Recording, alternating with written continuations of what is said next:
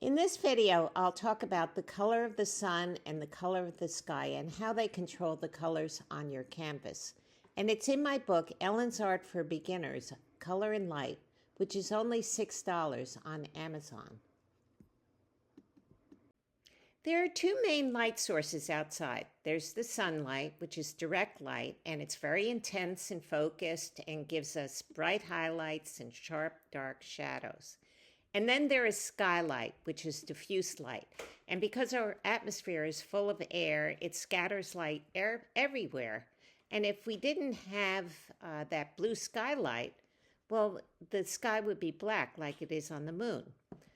Because our sky is usually blue, it casts a soft, weak blue shadow, a blue glow on everything. Now, when sunlight hits an area, it's so strong that it eliminates that blue from the sky. So the only place that we can see the blue from the sky are areas that are not hit by the sun, like shadows and shaded areas. And I'm going to show you examples of this in the next few minutes. Objects on land don't have a permanent color. Rather, they reflect the sky above them. So when the sky is blue, the water looks blue, but so does the terrace and the railings. When the sky is orange, then everything turns orange. The blue sky gives everything a blue tint, but the sunlight is so bright that it washes out the blue tint from the sky, which is why a white shirt looks white when it's in the sun. But the sun can't reach shadows, so white surfaces in particular, like snow, a tablecloth, or ice, have a bluish tint.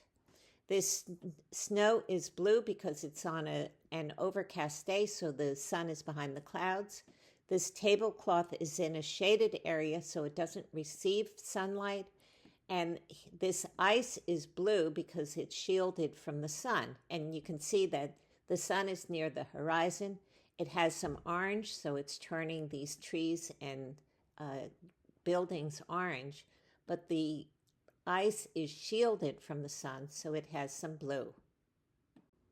To find the position of the sun, draw a line from the shadow to the spout that's causing that shadow, and then go upward, and that will be where the sun is located, in the upper left.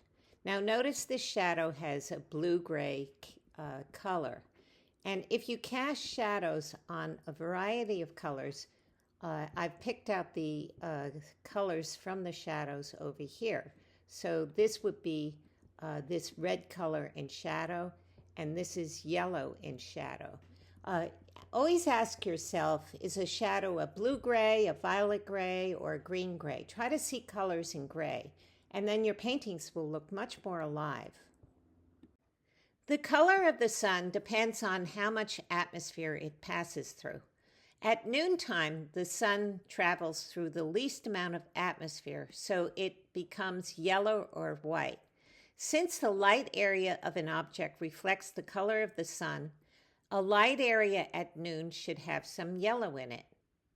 At sunset, the light goes through much more atmosphere, so it loses blue rays, and as a result, the sun looks orange or even red. So the light area at sunset should have some orange in it. Shadows require an opaque, non-shiny surface to become visible to the viewer. In this first case, the shadow is falling on the silt on top of the water, and in this case, it's falling on the sand. And since shadows are transparent, you can see the ground underneath them. And because they represent the lack of direct light, they are always positioned opposite the light source. So here the sun is here, it hits the object, and the shadow is down here. Furthermore, shadows reveal the colors of the casting surface and the color of the sky, but not the color of the object. And they shift with the position of the light source.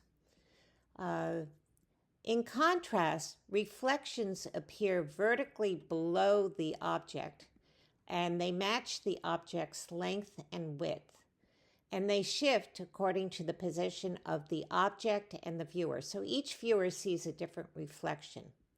Now, because they're on the surface, they hide what's underneath, and reflections depend mainly on the color of light and the color of the object.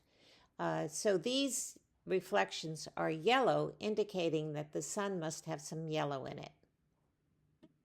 Remember my book, Ellen's Art for Beginners, which is only $6, and please remember to subscribe.